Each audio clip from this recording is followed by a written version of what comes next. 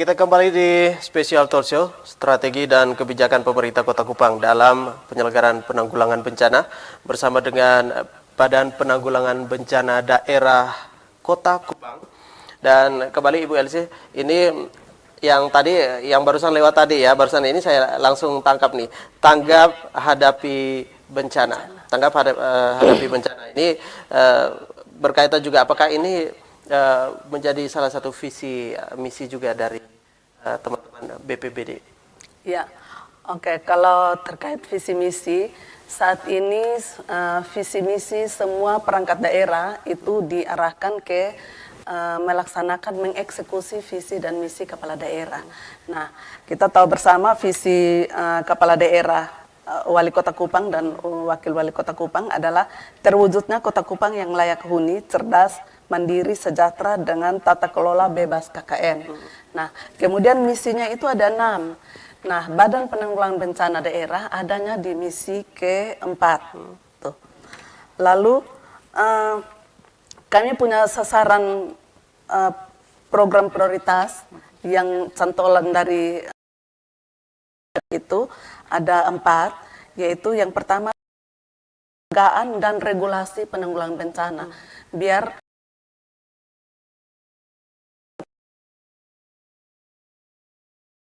orang-orang justru kita yang masuk hotel Pordeo. Kemudian yang kedua, meningkatnya pengelolaan manajemen pengurangan risiko bencana yang meliputi pencegahan, mitigasi, kesiapsiagaan, peringatan dini, dan adaptasi perubahan iklim. Kemudian yang ketiga, meningkatnya pengelolaan bicara pada saat bencana. Kemudian meningkatnya pengelolaan. Oke, menarik. Kita langsung masuk nih. Bencana.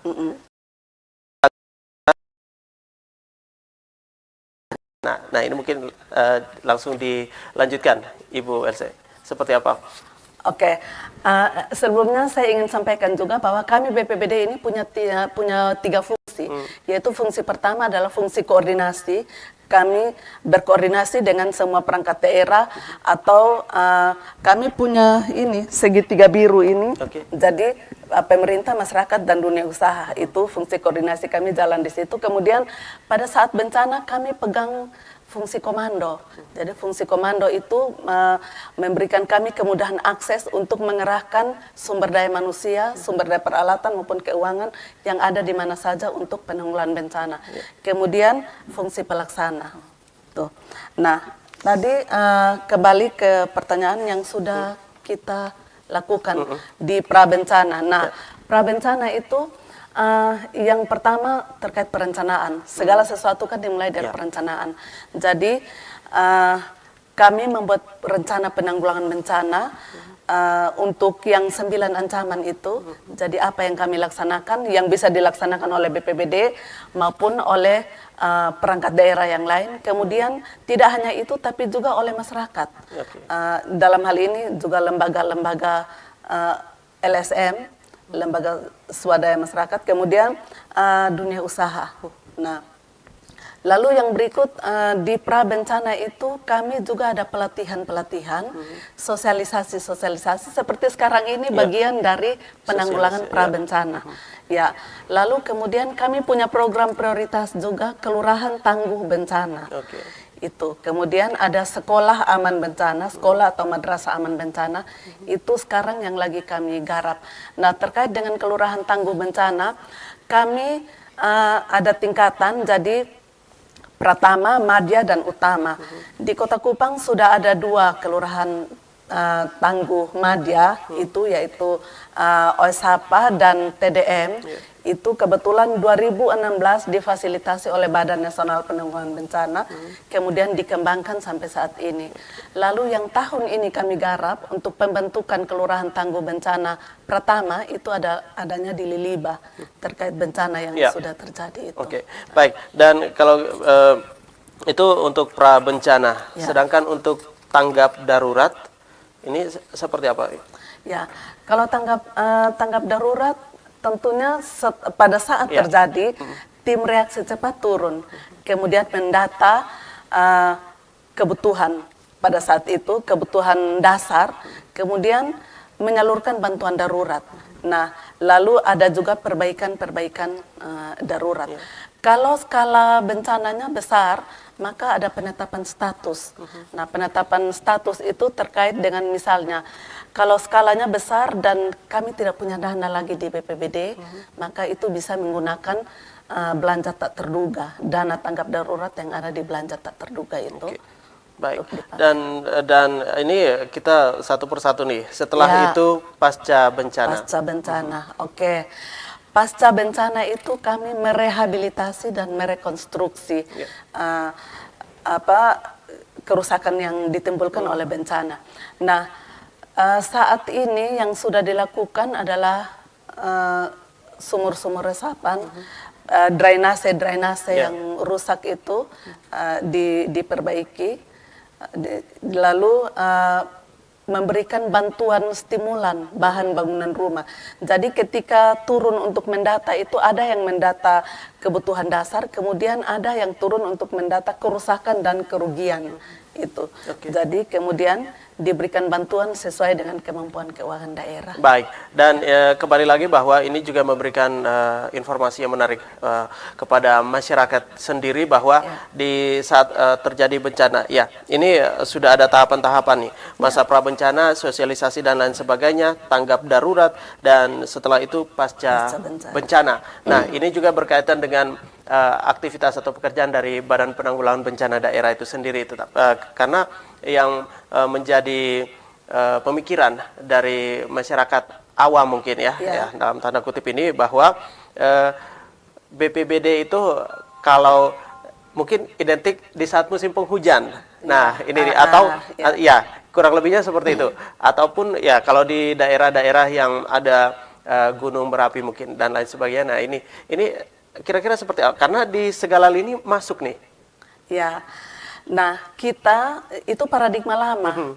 Kalau berpikir musim hujan baru BPBD punya kerjaan, itu paradigma penanggulangan bencana yang lama. Ketika terjadi baru menolong. Sebenarnya pada saat musim kemarau itu juga kami penanggulangan bencana kekeringan. Jadi selain potensi-potensi bencana banjir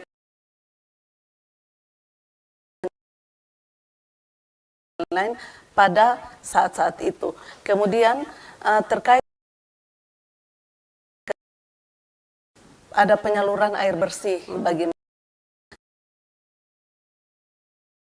karena dampak dari kekeringan itu. Oke, baik. Langsung saja ini untuk yang menjadi kekhawatiran dari masyarakat itu, karena memang kita semuanya tidak tahu bila mana teman-teman di BPBD sendiri hak atau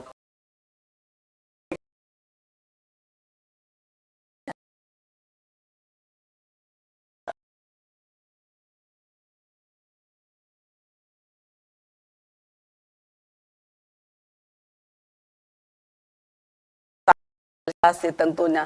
Kemudian kami melalui Facebook juga ada, kemudian ada grup-grup WA yang dibuat untuk menyebarluaskan informasi terkait dengan potensi bencana yang akan terjadi, maupun terkait dengan pengetahuan-pengetahuan bagaimana menyelamatkan diri saat bencana itu terjadi. Oke, nah supaya masyarakat juga tidak kaget bila mana bencana itu datang, karena ini memang tidak bisa kita pungkiri juga bahwa ini secara tiba-tiba bencana itu datang.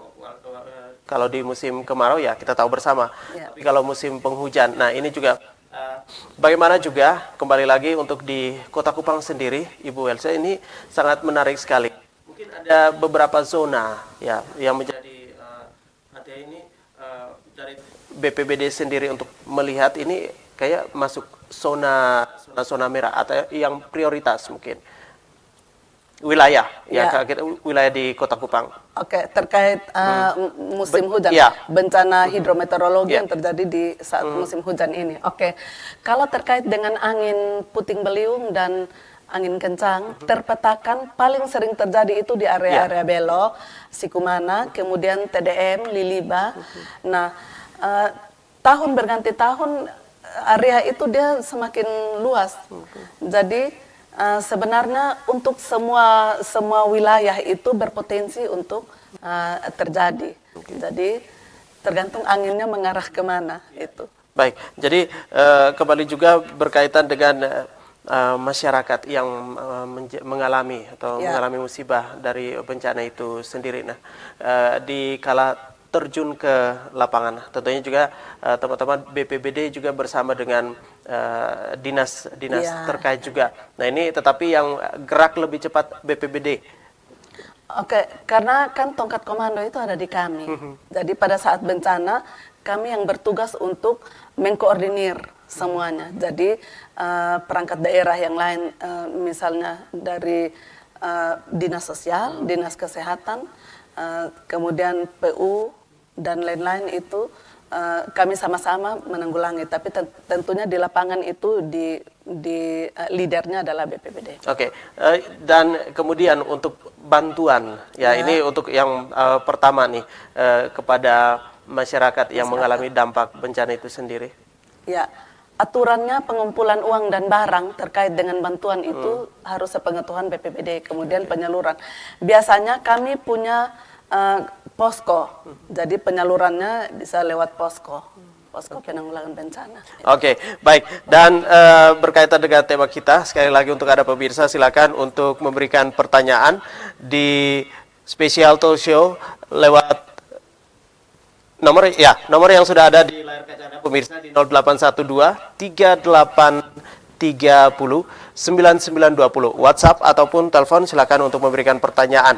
Mungkin di seputaran tempat tinggal Anda di wilayah Kota Kupang tentunya ini juga mengalami bencana yang sudah disampaikan tahun kemarin atau awal tahun ini mungkin di beberapa tempat itu, dan juga mungkin berkaitan dengan apa saja yang mau tahu, ini berkaitan dengan informasi-informasi yang bisa didapat dari teman-teman di BPBD itu sendiri. Selain nanti sebentar juga bakal dikasih tahu alamat mungkin supaya bisa diakses oleh masyarakat juga. Kita rehat sebentar, Ibu Elsa, dan juga untuk Anda pemirsa, kami segera kembali.